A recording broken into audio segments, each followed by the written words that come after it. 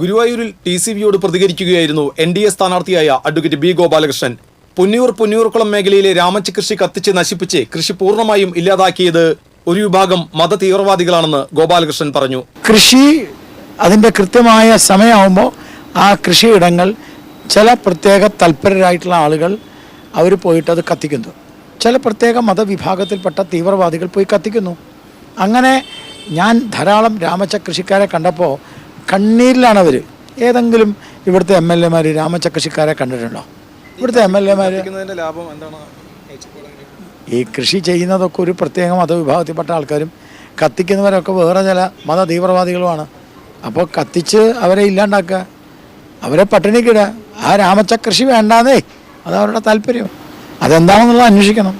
ഗുരുവായൂരിൽ blade mafia അധോലോകം പ്രവർത്തിക്കുന്നുണ്ട്. ഇവരുമായി മുൻ ഇടത് വലത് MLA-മാർക്ക് ബന്ധമുണ്ടെന്നും ഗോപാലകൃഷ്ണൻ ആരോപിച്ചു. ഈ ഇടതുപക്ഷത്തിൻ്റെയും വലതുപക്ഷത്തിൻ്റെയും ജയിച്ചു വരുന്ന MLA അടക്കമുള്ള ആളുകൾ ഈ ബ്ലേഡ് മാഫിയായിട്ട് ബന്ധമാണ്. ഗുരുവായൂരിൽ ഒരു അധോലോകം ഗുരുവായൂരിലുണ്ട്. ഈ അധോലോകത്തിൻ്റെ സന്തതികൾ അവരുമായിട്ട് ബന്ധപ്പെട്ടവരാണ് ഈ ഇടതും വലതും നേതാക്കന്മാരും MLA-മാരും ഒക്കെ. നേരത്തെ ഗോപാലകൃഷ്ണൻ നടത്തിയ പ്രസ്താവന വിവാദമാവുകയും ഗോപാലകൃഷ്ണനെതിരെ പോലീസ് കേസെടുക്കുകയും ചെയ്തിരുന്നു.